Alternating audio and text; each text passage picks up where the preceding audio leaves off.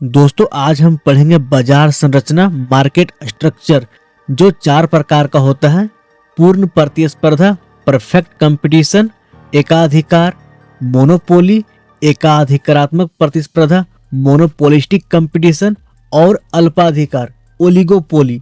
इसके बारे में डिटेल में पढ़ेंगे, परिभाषा भी और इसके टाइप भी। तो सबसे पहले पढ़ लेते हैं बाजार का परिभाषा। आखिर बाजार होता क्या है।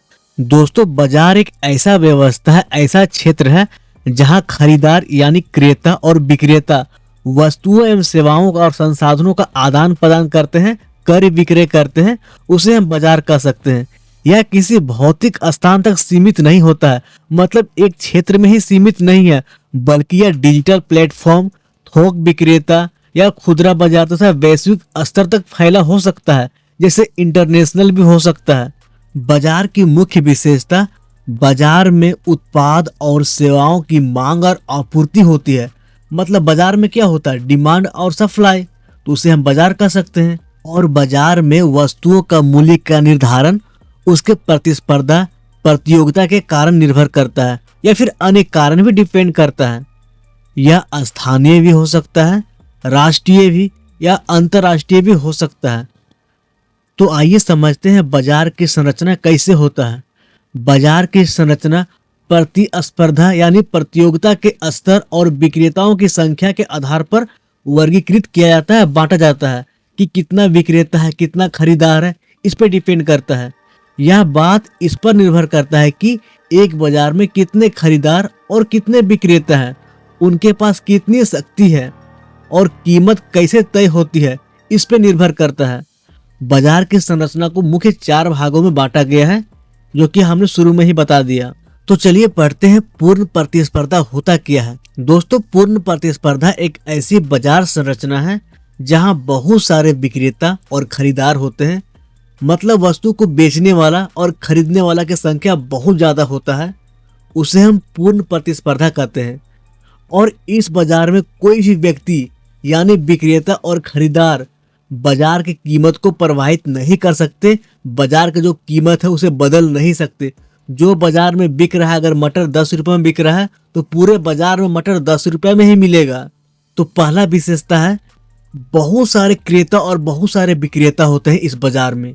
यहाँ कई छोटे ही लिखा हुआ है, तो इसे काट लीजिएगा। सभी के पास समान जानकारी होती है, बाजार का पूर्ण ज्ञान होता है और सभी के पास जो उत्पाद होता है, जो सामान होता है, वो होमोजेनियस होता है, यानी एक ही जैसा होता है सामान, जिसके कारण प्राइस को चेंज नहीं कर पाते हैं मार्केट में। इस बाजार में प्रवेश या फिर निकास के लिए कोई बाधा नहीं होता है। आप एंट्री भी ले सकते हैं आसानी से और एग्जिट भी ले सकते हैं आसानी से। इस बाजार में विक्रेता के पास स्वतंत्र मूल्य निर्धारण की शक्ति नहीं होता है। इसका उदाहरण देखें तो कृषि बाजार बहुत ही बढ़िया एग्जाम्पल हो सकता है। जैसे कृषि बाजार में गेहूं और चावल बिक रहा है, तो बहुत सारे विक्रेता का जो गेहूं और चावल का प्राइस है वह समान रहता है, सेम रहता है। जैसे स्टॉक मार्केट देख सकते हैं, अलग अलग ऐप में वही शेयर का प्राइस सेम होता है। तो ये परफेक्ट कंपटीशन के अंतर्गत आ जाता है। दोस्तों अब पढ़ते हैं एकाधिकार यानी मोनोपोली। जब किसी बाजार में केवल एक ही विक्रेता होता है और उसके पास पूरे बाजार का नियंत्रण होता है, तो उसे एकाधिकार यानी मोनोपोली कहते हैं। अगर कोई बाजार में एक ही विक्रेता है, बेचने वाला एक ही है और खरीदने वाला बहुत अधिक संख्या में है, तो उसके पास एकाधिकार शक्ति हो जाता है। तो वह अपने हिसाब से वस्तु का कीमत का निर्धारण कर सकता है। तो इसका मुख्य विशेषता है, केवल एक ही विक्रेता होता है, इसके बीच कोई प्रतिस्पर्धा नहीं होता है, उत्पाद का कोई निकट प्रतिस्थापन नहीं होता है। विक्रेता कीमत तय करने की शक्ति रखता है, क्योंकि कोई और बेचने वाला वस्तु वैसा नहीं है, इसलिए विक्रेता उस वस्तु का कीमत का निर्धारण कर सकता है। प्रवेश में बाधाएं होती है, एंट्री बैरियर होता है इसमें। अगर उदाहरण के लिए देखें, रेलवे सेवा का भारत में कोई प्रतिस्पर्धा नहीं है। जैसे बिजली कंपनियां, इलेक्ट्रिसिटी डिस्ट्रीब्यूटर, पेटेंट वाली दवाइयां, अगर कोई कंपनी के पास पेटेंट है किसी विशेष दवा का, तो उस दवा का कीमत मनचाहे रूप से रख सकता है, जिससे हम एकाधिकार यानी मोनोपोली कहते हैं। अब पढ़ेंगे एकाधिकार प्रतिस्पर्धा यानी मोनोपोलिस्टिक कंपटीशन। यह बाजार संरचना पूर्ण प्रतिस्पर्धा और एकाधिकार के बीच स्थित होती है। मतलब पूर्ण प्रतियोगिता होता है और एकाधिकार होता है इसके बीच कहीं एग्जिस्ट करता है।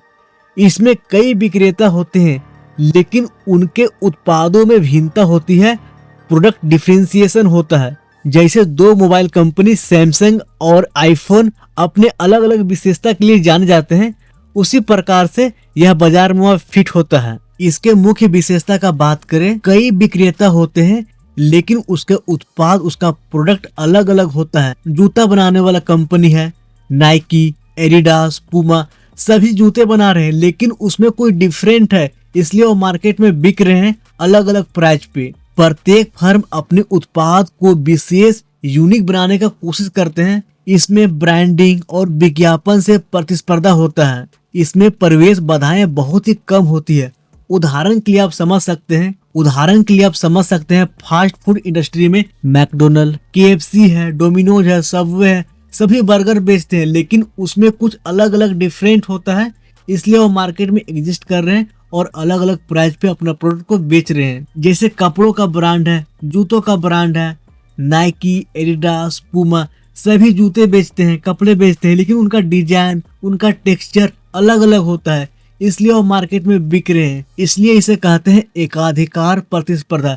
सभी के पास एकाधिकार है। KFC के पास अपना एकाधिकार है, डोमिनोज के पास अपना एकाधिकार है, सबवे के पास अपना एकाधिकार है। कोई प्राइस में खेलते हैं, कोई क्वालिटी में खेलते हैं, तो ऐसा होता है। अब पढ़ेंगे अल्पाधिकार यानी ओलिगोपोली। अल्पाधिकार एक ऐसी बाजार संरचना है जहां कुछ गिने चुने बड़े विक्रेता होते हैं और वे एक दूसरे की रणनीतियों से प्रभावित होते हैं। इसके मुख्य विशेषता है, कुछ ही विक्रेता होते हैं। प्रत्येक फर्म का बाजार पर महत्वपूर्ण प्रभाव होता है। कीमत आम तौर पर स्थिर रहती है क्योंकि कंपनी एक दूसरे की रणनीतियों को देखकर निर्णय लेती है। प्रवेश बाधाएं अधिक होती है। कभी कभी कंपनियां मिलकर कीमतें तय करती हैं, जिसे कोल्यूजन कहते हैं। उदाहरण के लिए दोस्तों, टेलीकॉम सेक्टर जैसे एयरटेल, जियो, वोडाफोन, आइडिया। उदाहरण के लिए कार निर्माता है, मारुति सुजुकी है, हुंडई है, टाटा मोटर्स है, होंडा है। दोस्तों, आखिर बाजार संरचना का महत्व क्या है?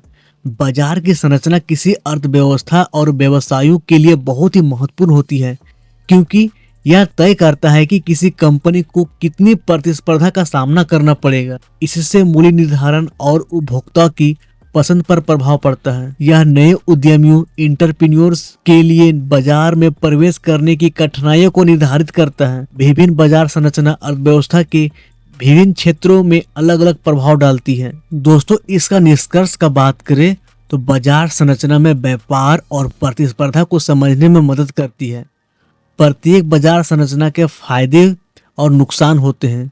जैसे पूर्ण प्रतिस्पर्धा उपभोक्ताओं के लिए सबसे सस्ती होती है क्योंकि यह सस्ती और बेहतर गुण वाली वस्तुएं प्रदान करती है, जबकि एकाधिकार विक्रेता के लिए सबसे अच्छा होता है क्योंकि उसे प्रतिस्पर्धा का सामना नहीं करना पड़ता। अल्पाधिकार और एकाधिकार प्रतिस्पर्धा के बाजार उपभोक्ताओं को विकल्प तो देते हैं लेकिन कीमतों पर नियंत्रण बनाए रखते हैं। इसलिए किसी भी अर्थव्यवस्था में बाजार संरचना का अध्ययन आवश्यक होता है ताकि यह समझा जा सके कि व्यवसाय और उपभोक्ता कैसे परस्पर क्रिया करते हैं और इससे आर्थिक विकास को कैसे प्रभावित होता है।